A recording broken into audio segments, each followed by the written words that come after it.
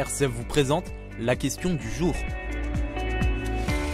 Bonjour à tous. Le coaching est reconnu pour avoir de nombreux impacts positifs. Il augmente la confiance en soi, il développe les capacités de communication, fluidifie les relations interpersonnelles, améliore l'équilibre vie personnelle, vie professionnelle, ce qui n'est pas du tout négligeable à l'époque dans laquelle on vit. Et ce sont les personnes qui ont eu la chance d'être coachées qui le disent. Mon invité, Éric Chabot, coach conférencier qui bouscule les idées reçues sur la confiance, notamment en milieu professionnel, vient aujourd'hui nous présenter son intuition, sa vision devenue réalité, un coaching accessible à tous.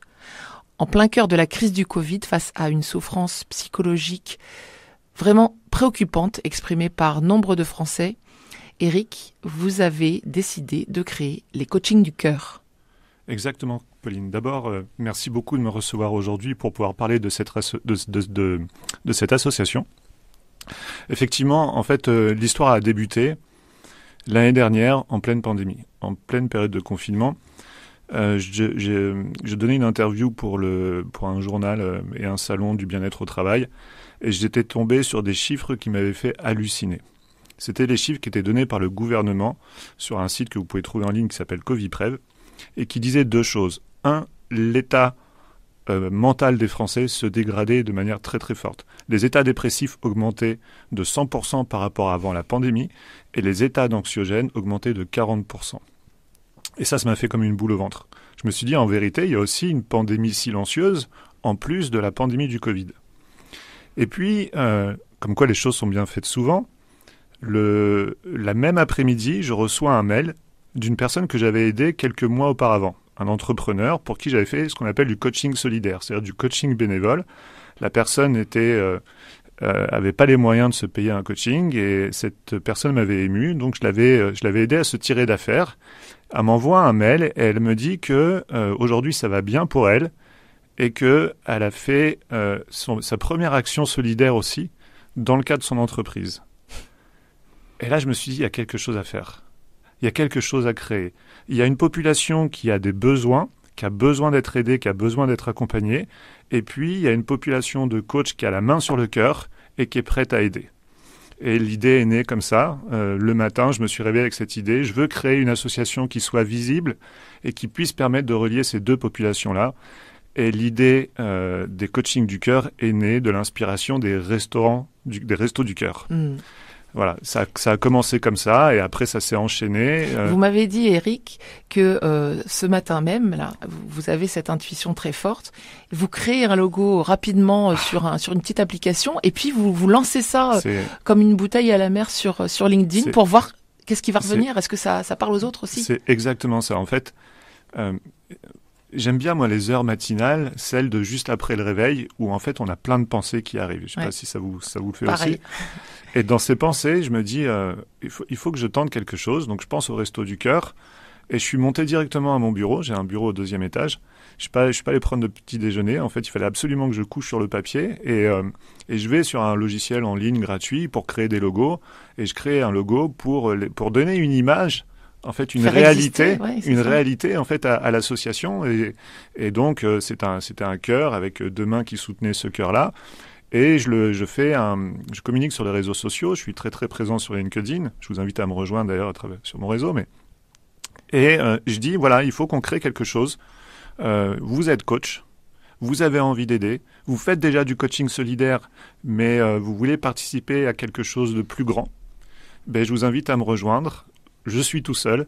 Est-ce que vous voulez m'aider à créer cette initiative ? Et ça a eu une grosse résonance. Combien de réactions ? J'ai reçu au moins une 50aine de mails. Wow. Voilà, de personnes qui disaient c'est une super idée, etc. Et dedans, il y avait des personnes qui avaient du temps, parce que je demandais aussi d'investir du temps, parce qu'il y avait énormément de choses à faire. Et 10 personnes m'ont rejoint, m'ont dit moi je rentre dans l'association, je veux t'aider à monter cette association. Et du coup, c'est 10 personnes qui m'ont suivi depuis le début. Je les appelle les fondateurs du cœur. et ils font partie des statuts de l'association qui a été créée maintenant le 26 octobre dernier. Donc l'association est lancée. Avant d'aller plus loin pour expliquer son fonctionnement, rappelez-nous, reprécisez-nous ce que c'est et ce que n'est pas aussi le coaching? C'est une excellente question parce qu'il y a beaucoup de confusions qui sont faites. Il y a beaucoup de gens qui pensent qu'on peut résoudre tout à travers le coaching. Or, le coaching, ce n'est pas de la thérapie. Ce sont deux choses qui sont complètement différentes. Le coaching, c'est un accompagnement. Et la grosse différence avec la thérapie, c'est que le coaching, il est limité dans le temps. Donc, en général, on n'excède pas 6 mois sur un accompagnement de coaching. Maintenant, qu'est-ce que le coaching? Et comment savoir si, aujourd'hui, je peux être accompagné par un coach? Est-ce que c'est vraiment un coach qui va pouvoir m'aider? Alors, il y a plein de définitions du coaching. Moi, j'ai une image, en fait, qui parle assez aux gens. C'est que le coaching, on va imaginer que c'est un moyen de transport. Ça peut être une voiture, ça peut être un bus, ça peut être un avion, c'est ce que vous voulez. Mais c'est un moyen de transport qui va me permettre de nous amener d'un point A, qui est le point de ma problématique d'aujourd'hui, de ce que je suis en train de vivre, à un point B, qui est la situation espérée. Et c'est ce véhicule qui va me permettre de me transporter de ce point A à ce point B, et accompagné évidemment de quelqu'un qui est professionnel, qui connaît les outils, qui connaît les méthodes, qui connaît l'art de la question, l'art de l'écoute, pour pouvoir accompagner à travers ce véhicule cette personne-là.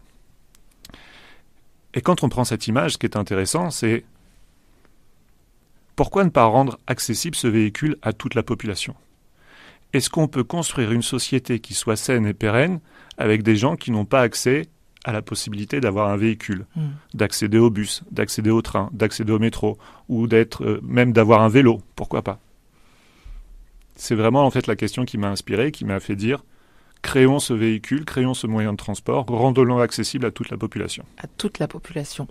Je pense qu'il est important aussi de préciser que le coaching, c'est pas fait à votre place je ferai ci ou à votre place je ferai ça. C'est pas du conseil. C'est vraiment aider la personne que l'on accompagne à puiser en elle la solution à son problème. C'est ça, c'est faire émerger en fait les solutions qu'elle a en elle de manière à la rendre autonome le plus rapidement possible. Alors on a compris, votre intuition c'est de rendre le coaching accessible à tous. À qui ça s'adresse? Et là, vous avez créé une plateforme. Qui est-ce qui peut dire j'ai besoin, est-ce que vous pouvez m'aider? Alors d'abord, vous allez trouver toutes les informations sur cette plateforme en faisant www.lescoachingducoeur.com. Je pense que c'est important qu'on puisse le dire. Tout à fait. Et même, je le répète pour que ça soit entendu, www.lescoaching avec un S, du cœur, le tout attaché.com. Et quand je dis accessible pour tous, le coaching est aujourd'hui accessible pour une majorité de la population qui a les moyens de se payer un coaching. Et moi, je voudrais compléter l'accessibilité de ce coaching aux personnes qui n'ont pas les moyens, aux personnes qui sont les plus démunies, même de façon temporaire. Et quand on dit donc rendre accessible le coaching aux personnes les plus démunies, donc c'est limité à des conditions de revenus. Et pour pouvoir bénéficier d'un coaching solidaire bénévole, il faut pouvoir justifier sur la plateforme. Donc on va demander les sources de revenus, la feuille d'imposition par exemple, et il faudra justifier d'un revenu inférieur à 1 700 € net par foyer fiscal.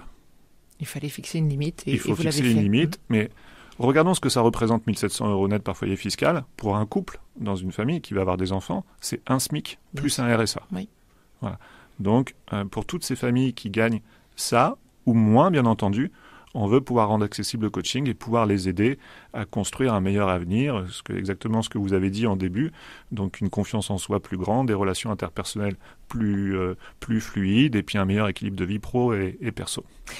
Les coachs, donc vous l'avez dit, viennent s'engager gratuitement au service de ces publics qui n'auraient pas les moyens de les payer. Mais vous l'écrivez sur votre plateforme. Votre objectif, c'est de créer des cercles vertueux de dons et de contre-dons. C'est très important d'expliquer. Alors, les coachs du cœur, d'abord, comment en fait on les référence dans la plateforme? Il faut nécessairement qu'ils soient diplômés ou certifiés, c'est-à-dire que ce sont tous et toutes des coachs professionnels. Donc c'est important de le dire parce qu'on attache une forte attention à sécuriser tout le processus de coaching à travers cette plateforme. Donc on met des verrous de manière à sécuriser le coach dans son métier, mais aussi le coaché dans son accompagnement. Donc une question qui revient souvent, c'est mais est-ce que le coaching peut rester efficace si le coaché ne paie pas finalement son coaching? D'abord, c'est une vraie bonne question, mais je voudrais juste faire un parallèle avec le monde de l'entreprise. Dans l'entreprise, on a ce qu'on appelle les coachings tripartites, c'est-à-dire que c'est rarement le dirigeant ou le manager qui paie son propre coaching, mais c'est son entreprise. Donc on a les mêmes conditions, en vérité. Et puis, nous allons avoir un rôle à jouer d'éducation à travers les coachings du cœur. L'idée, c'est que certes, tu ne paies pas, certes, le coach du cœur te donne du temps aujourd'hui, mais l'idée, c'est que ce temps qu'il investit pour toi, quand toi tu iras mieux, quand toi tu seras sorti d'affaires, quand toi tu auras atteint ton point B, tu pourras donner aussi de ton temps dans la limite de tes expériences, de tes compétences, de tes talents. De tes talents, mais ça peut se limiter à une demi-journée, à aller aider dans un EHPAD ou dans n'importe quel type d'association locale, tu vois, vous voyez. Et donc l'idée, c'est qu'on puisse venir témoigner en fait de ces actions inspirantes que l'on a fait parce qu'on a été aidé et qu'on a envie de rendre, exactement comme cette personne m'avait dit dans l'histoire que je vous ai expliqué tout à l'heure.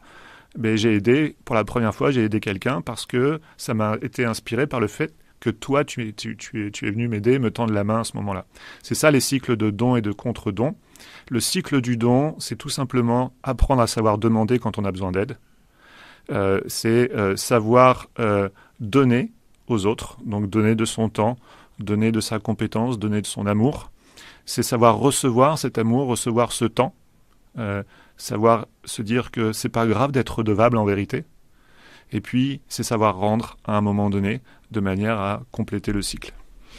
Est-ce qu'il y a d'autres manières de vous aider, Eric, d'aider les coachings du cœur ? Si vous nous écoutez aujourd'hui, vous pouvez nous aider à plusieurs titres. D'abord, vous nous aideriez si vous aviez besoin d'un coaching et vous seriez éligible en fait à un coaching solidaire. Venez demander, inscrivez-vous sur la plateforme parce que c'est le sens de notre mission, c'est de pouvoir vous aider si aujourd'hui vous avez une problématique, même si c'est juste un ressenti, même si votre objectif il n'est pas encore précisé de manière très très claire, venez vous inscrire, on vous accompagnera, on aura grand plaisir à le faire. On est presque à 100 coachs du cœur aujourd'hui au niveau de la plateforme, donc imaginez en fait la possibilité d'aide que l'on peut avoir. On est représenté sur tout le territoire, on a même des coachs qui sont en Suisse, d'autres qui sont au Maroc. Pardon de vous couper à ce stade, mais on peut être coaché en face à face physiquement ou par une visio. Oui, en fait, tous les coachs, au moment de leur inscription, disent si ils font du présentiel ou du distanciel. D'accord. Et le coaché dira s'il veut du présentiel ou du distanciel. D'accord. On matchera en fait en fonction des besoins de chacun.